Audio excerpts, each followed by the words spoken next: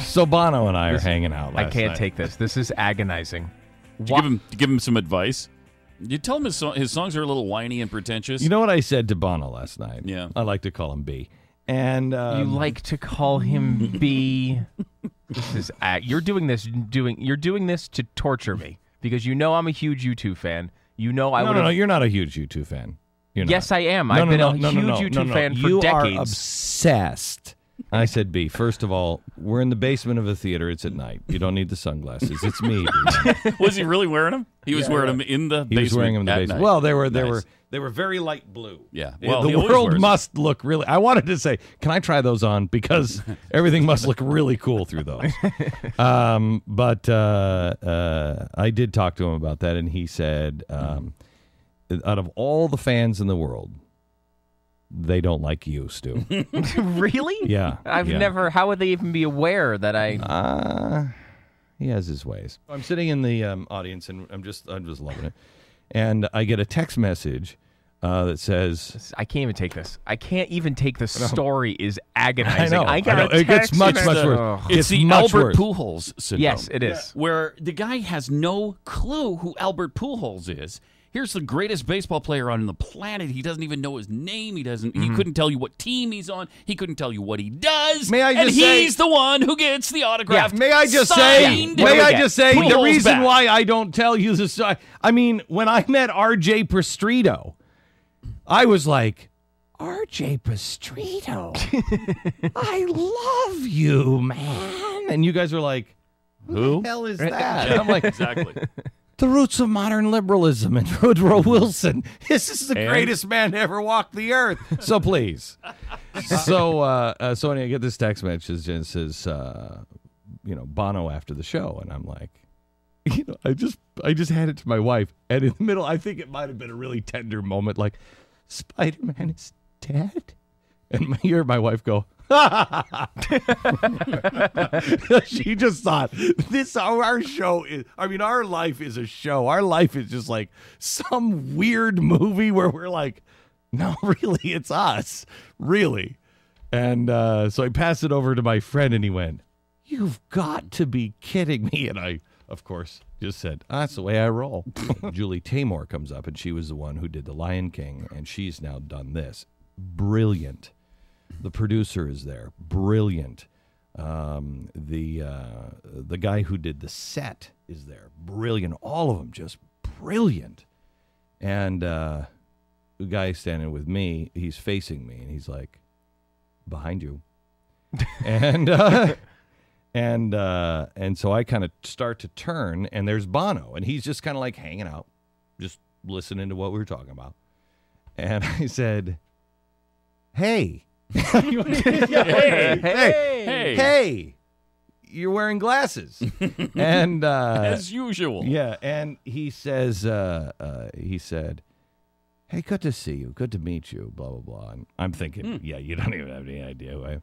He said, "I read your review today." He said, "Thank you so much." And then we talked for like 30 minutes and talked about the American spirit, and he gets it. I mean, I was really impressed. I'm not impressed by, not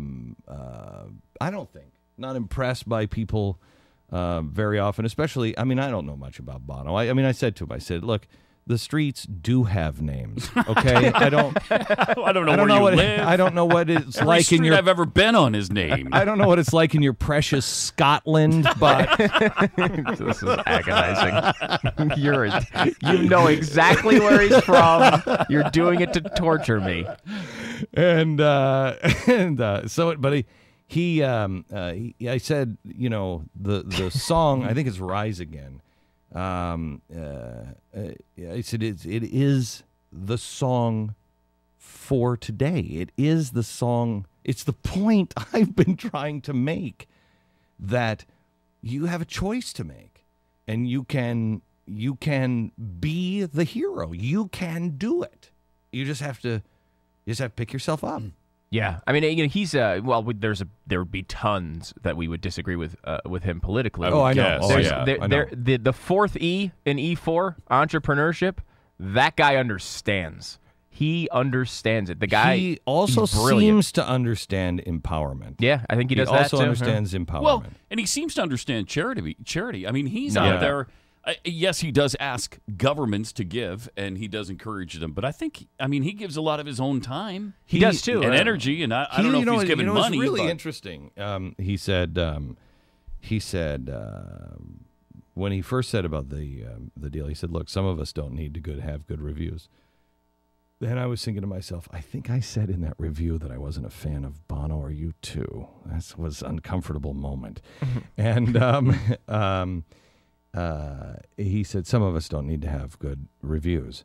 He said, but there are people that have given up so much of their life and are the beginning. And, a good review means everything to them because they're at the beginning of their career.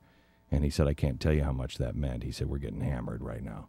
Bono, may I be so bold? You're such a... You know what? How With or Without You should have ended. Let me tell you. I said, B Money, let me tell you something. Aw. I said, you have this great song, and it just ends.